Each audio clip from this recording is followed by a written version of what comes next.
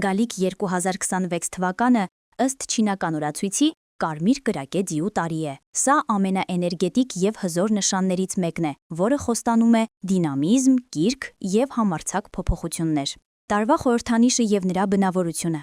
Ձին ազատության, էներգիայի, աշխատասիրության եւ անխոնջ առաջ շարժման խորհրդանիշ է։ Կրակի տարերքը ուժեղացնում է այս հատկանիշները, ավելացնելով հավակնություն, խանդավառություն եւ կիրք։ Այս տարի գնահատվում են ակտիվությունը, նպատակասլացությունը եւ այն ամենը, ինչը օգնում է ձեզ հասնել նոր բարձունքների։ Նվերները պետք է լինեն վառ, օգտակար զարգացման համար եւ ոգեշնչող։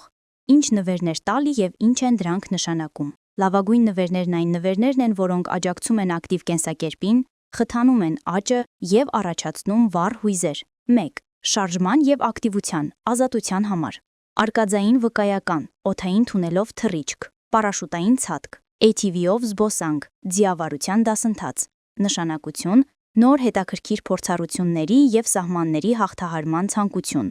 Բարձրաորակ սպորտային սարքավորումներ կամ հանդերձանք, սպորտային կոշիկներ, ֆիթնես թրեքեր, նորաձև սպորտային հագուստ, նշանակություն, ակտիվ կենսակերպի եւ առողջության աջակցություն։ Ճամփորդական պայուս կամ մեջքի պայուս հայտնի ապրանքանիշից։ Նշանակություն՝ ապագա ճանապարհորդության եւ շարժման ազատության խորհրդանիշ։ Երկրորդ՝ ոճի եւ կարգավիճակի համար, կրակի էներգիա։ Կարմիր աքսեսուարներ, նորաձև փողկապ, ձեռնոցներ, դրամապանակ, պայուսակ, կարմիրը տարվա գույնն է, որը հաջողություն է բերում։ Նշանակություն՝ էներգիայի, կրքի եւ հաջողության ցանկություն։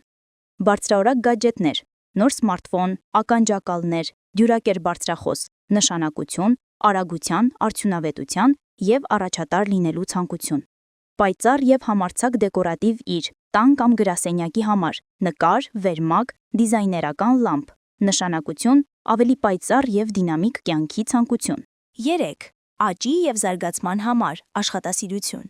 Գրքեր մոտիվացիայի, բիզնեսի կամ ինքնազարգացման մասին, նշանակում է աջակցություն մասնագիտական աճի եւ նպատակներին հասնելու գործում։ Թանկարժեք գրենական պիտույքների հավաքածու կամ օրագիր, նշանակում է ցանկություն կազմակերպել ձեր նկրտումները եւ արդյունավետորեն իրականացնել ձեր ծրագրերը։ Ուսումնական դասընթացի վկայական, օրինակ հրապարակային ելույթ, ժամանակի կառավարում, նշանակում է ներդրում անձնական աճի եւ նոր հաղթանակների մեջ։ Ինչ չտալ ձիու տարում։ Ձին հպարտ եւ անկախ կենդանի է, ուստի որոշ նվերներ կարող են ընկալվել որպես սահմանափակման կամ անհարգալից վերաբերմունքի ակնարկ։ Թուլության եւ սահմանափակումների հետ կապված իրեր, օրինակ նեղ կոշիկներ կամ նեղ գոտիներ, կապեր, դրանք կարող են խորհրդանշել կապանքներ։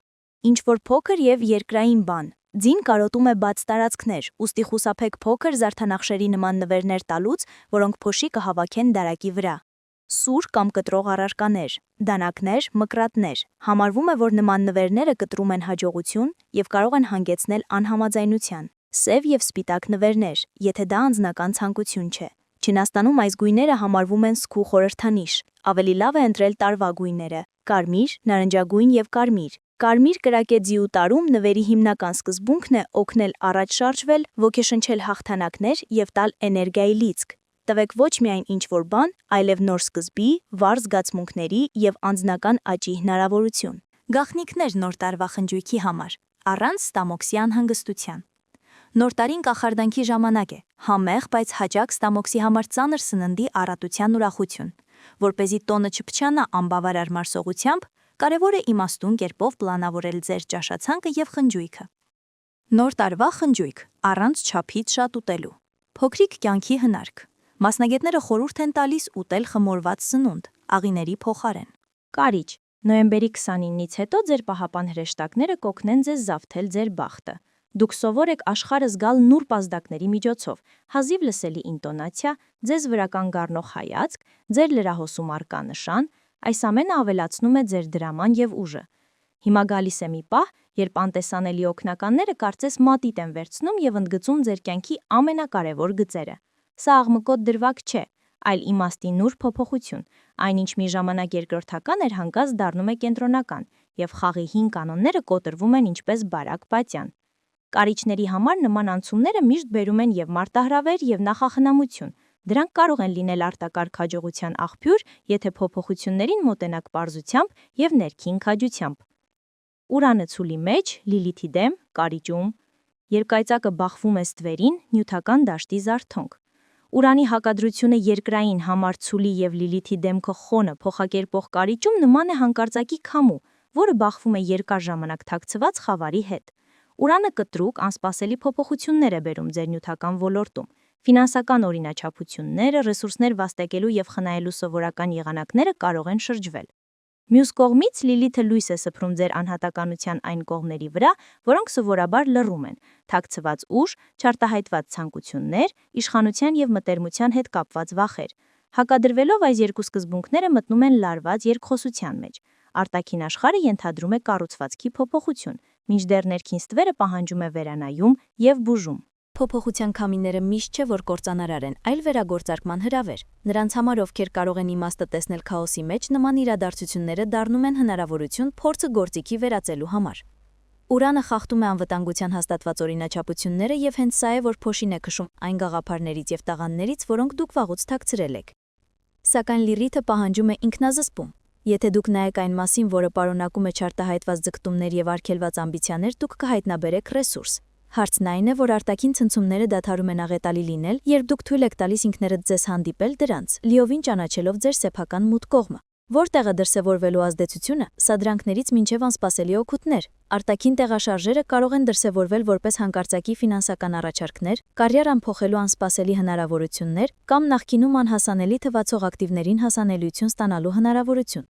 Սակայն այս նվերները հաճախ գալիս են սադրանքի միջոցով։ Ձեզ կարող է ներկայացվել մի պայման, որը կոչ է անում վերանայեն ձեր անձնական համոզմունքները, վերահսկողության և խոցելիության վերաբերյալ։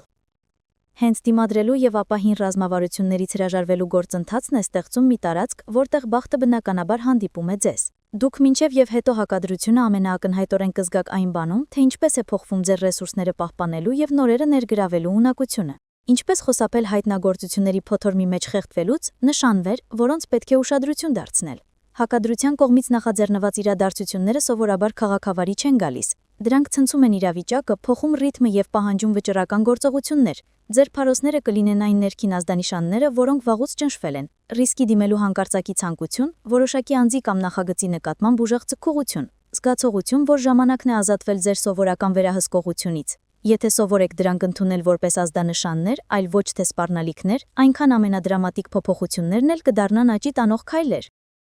Այս ժամանակահատվածում հրեշտակյան աջակցությունը դրսևորվում է որպես ընտրանքներին հանգիստ դիմակայելու և դրանք կառուցողականորեն ուղերձելու ունակություն։ Խորհուրդ. Ինչպես բռնել բախտը պոչից, երբ պահպանել ձեզ փոփոխությունների մեջ։ Ընդունեք կայծակը, ձեռքում հայելի պահելով, միավորելով ուժն ու ճշմարտությունը։ Երբ ձեր շրջապատի հանգամանքները կտրուկ փոխվում են, կարևոր է պահպանել ամբողջի ներքին պատկերը։ Դուք պետք է միաժամանակ ընդունեք Ուրանի ուժը և ողջունեք Լիլիթի բերած ճշմարտությունը։ Սա նշանակում է ազնիվ լինել ձեր սեփական ձգտումների հետ, թույլ տալով ինքներդ ձեզ լինել հզոր և խոցելի միաժամանակ։ Սա պետք է արվի մեթոդականորեն, զգալ ազդակը, անվանել այն, հասկանալ, թե ինչ գործնական քայլեր է այն ենթադրում, և միայն դրանից հետո գործել։ Այսպիսով, ճակատագրի կողմից ձեր ճանապարհին նետված բախտը չի սահի սպասումների փոշոտ գրպանները, այլ կդառնա վերականգնման գործիք։ Փոխակերպման ընթացքում դիմադրողականությունը պահպանելու ռազմավարություններ։ Դիմադրողականությունը նույնը չէ, որ ստատիկությունը։ Դա արագ հարմարվելու հունակությունը, առանց կորցնելու ձեր սեփական նպատակի զգացումը։ Գործնականում սա նման է նվազագույն աջակցության։ Ֆինանսական բարձ, ձեզ աջակցողների հետ հաղորդակցման հստակ գիծ և որոշակի առաջադրանքների ցանկ, որոնք կարող եք վերահսկել։ Երբ փոփոխությունները դառնում են ինտենսիվ, վերադարձեք այս սյուներին։ Դրանք չեն ճնշում ձեր թռիչքը, այլ ապահովում են վերադարձի կետ։ Ձեր ընկերակցության մեջ գտնվող հրեշտակները հաճախ գործում են նման մարդկանց միջոցով և պարզ բայց հուսալի մեխանիզմների միջոցով, որոնք դուք ինքներդ եք ստեղծում։ Ծեսեր և պրակտիկաներ, որոնք կբարձրացնեն ձեր ճարկությունը։ Փոքրիկ ծեսերը կօգնեն ձեզ խուսափել իրադարձությունների հորզանուտում կորչվելուց։